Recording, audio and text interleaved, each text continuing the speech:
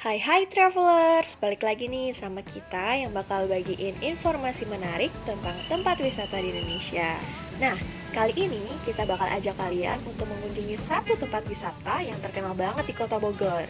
Kira-kira, travelers bisa tebak nggak sih kita mau kemana? Aku kasih clue deh, clue-nya hijau. Apa travelers? Yap, bener banget. Kebun Raya Bogor. Siapa sih yang nggak tahu tempat ini? Kayaknya kalau travelers datang ke Bogor, Kebun Raya Bogor adalah tempat yang wajib banget dikunjungi. Bagaimana tidak? Kebun yang memiliki luas 87 hektar ini merupakan kebun buatan tani terbesar se-Asia Tenggara. Wah, se-Asia Tenggara loh travelers. Jadi daripada penasaran, yuk tonton terus videonya sampai habis. Ikut kita untuk explore Kebun Raya Bogor. Oh ya travelers, untuk sampai di sini, bagi travelers yang tinggal di Jakarta, bisa lewat tol Jagorawi dan keluar di pintu tol Bogor. Sekitar 1 km, travelers akan sampai di pintu utama Kebun Raya Bogor. Selain itu, bisa juga loh travelers naik kereta dan turun di stasiun Bogor. Nah, dari stasiun, travelers bisa naik angkutan umum berwarna orange dengan nomor 02. Lalu turun di pintu utama Kebun Raya Bogor yang letaknya di seberang Sumber Kencana. Halo guys, sekarang kita udah sampai di Kebun Raya Bogor. Sekarang kita mau masuk untuk beli tiketnya. Ayo. Nah, travelers, untuk tiket masuknya sendiri dikenakan biaya sebesar 16.500 per orang untuk weekdays dan 26.500 untuk weekend. Untuk biaya parkir motor adalah 5.000, sedangkan untuk mobil 50.000. Kebun Raya Bogor diresmikan pada tanggal 18 Mei 1877 oleh Gubernur Jenderal Godard Alexander Gerard Philip van der Capellen dengan nama Landsplantetuin te Buitenzoek. Saat ini, Kebun Raya Bogor dikelola oleh BRIN atau Badan Riset dan Inovasi Nasional. Kebun ini memiliki 12.531 jenis koleksi tanaman dan tumbuhan. Itulah mengapa Kebun Raya Bogor bisa menjadi tempat rekreasi sekaligus edukasi.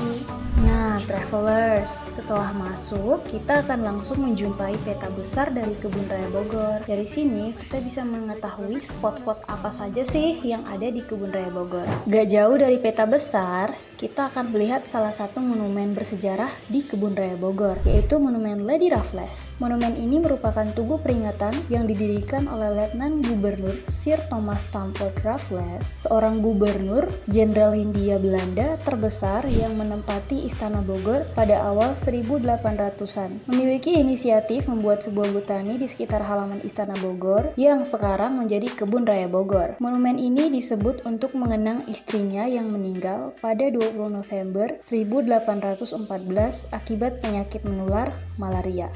Kebun Raya Bogor pada mulanya didirikan untuk sarana penelitian konservasi ex situ terhadap tanaman dan tumbuhan. Nah, travelers, salah satu laboratorium yang digunakan bisa kita lihat di sisi kiri ini, yaitu Treup Laboratorium. Laboratorium ini didirikan oleh Dr. Melchior Treup pada tahun 1884. Treup Laboratorium diarahkan untuk penelitian di bidang genetik konservasi tumbuhan Indonesia, DNA Backwarding dan Bank DNA. Travelers, taman luas yang kali ini adalah Taman Teichmann, dibangun pada tanggal 1884 oleh Dr. Melchior Treup sebagai bentuk penghargaan kepada Johannes Elias Teichmann atas jasanya dalam perkembangan Kebun Raya Bogor. Di pusat taman ini berdiri tegak sebuah tugu peringatan bagi Teichmann terbuat dari batu granit yang khusus didatangkan dari Berlin, Jerman.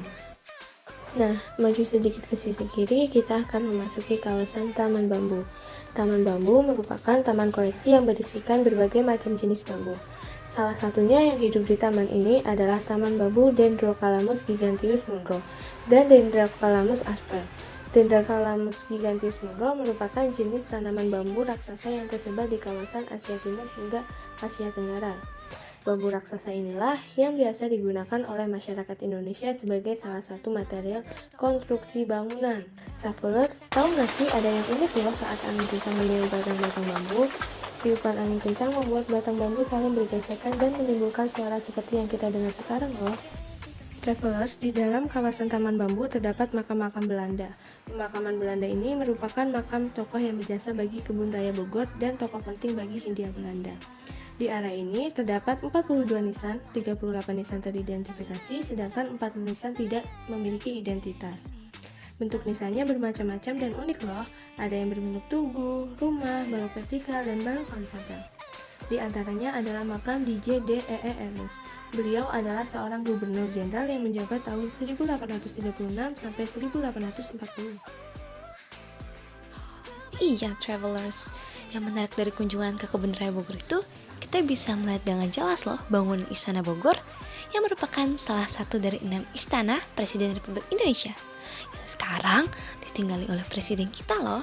Di sisi kolam terdapat sebuah tugu peringatan seorang ilmuwan botani dan kimia berkebangsaan Jerman yang pindah ke negeri Belanda. Dia adalah Caspar George Karl Weinert. Dia adalah direktur pertama Kebun Raya Bogor pada tahun 1817. Tugu ini sebatas dada menunjukkan potongan rambut khas di masa itu serta pakaian orang Eropa. Travelers, kolam yang ada di dalam Kebun Raya Bogor ini disebut kolam gunting karena jika dilihat dari atas menyerupai gunting dengan pulau kecil di tengahnya.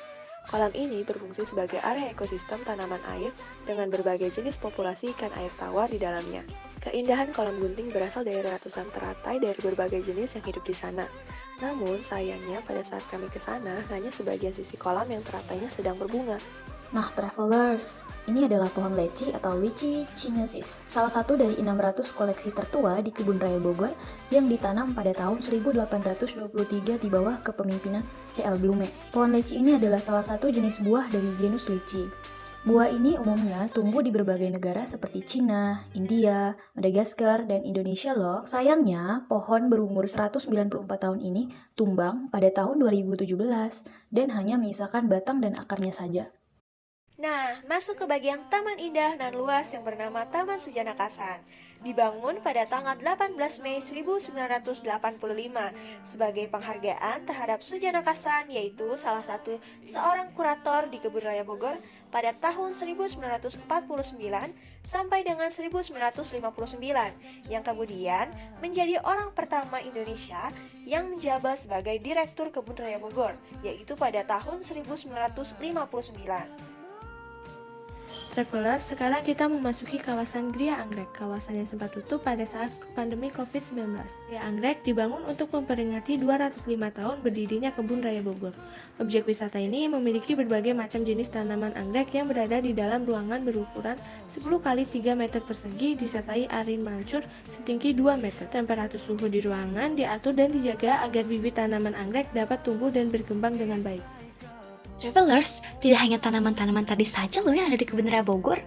Di sini juga ada tanaman istimewa bernama sulk, atau bahasa latinnya adalah Armophallus phainofolius. Wah, sangat asing didengar ya. Jadi, sulk adalah tanaman anggota genus Armophallus yang masih berkerabat dekat dengan bunga bangkai raksasa. Fun fact-nya adalah sulk mempunyai umbi yang bisa dimakan sebagai pengganti nasi loh. Oh iya, sulk baru saja mekar di Kebun Raya Bogor pada pertengahan November. Saat kunjungan, kami berkesempatan mewawancarai salah satu petugas di sana. Kalau tumbuhnya tergantung ini ya, sirkulasi udara di sini juga ya, ini memang lama sih Mbak. Ada 2 tahun 3 tahun lah baru ada lagi di sini. Makanya ini kemarin tuh di garis bawah supaya orang tidak mendekat di sini. Ini awalnya kayak di video itu. Ini masih ada, umbinya makin gede, ini pohonnya masih seperti ini. Kalau tak buka, nah awalnya begini. Nah. Travelers, tahu gak sih salah satu tempat bersejarah dan menarik di Kebun Raya Bogor? Ini dia Travelers, Jalan Astrid. Jalan ini dibangun pada tahun 1929 dalam rangka menyambut kedatangan Ratu Astrid asal Belgia yang berkunjung ke Kebun Raya Bogor. Jalan tersebut dinamakan Jalan Astrid karena di sepanjang jalan ditanami pohon astrid indah dengan warna bunga merah dan kuning yang melambangkan bendera negara Belgia. Kebun Raya Bogor memiliki 4 taman tematik yang salah satunya adalah Taman Meksiko. Taman ini berisikan kumpulan spesies tumbuhan iklim kering yang jumlahnya lebih dari 100 spesies. Ini Taman Meksiko menjadi salah satu spot foto paling terkenal di Kebun Raya. Di sana juga terdapat fasilitas lainnya seperti tempat sewa sepeda, food court, dan juga tempat membeli oleh-oleh.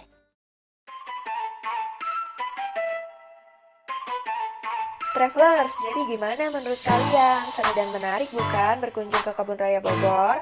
Selain menjadi tempat liburan, di sini kita juga bisa mendapatkan ilmu-ilmu baru. Jadi tunggu apa lagi?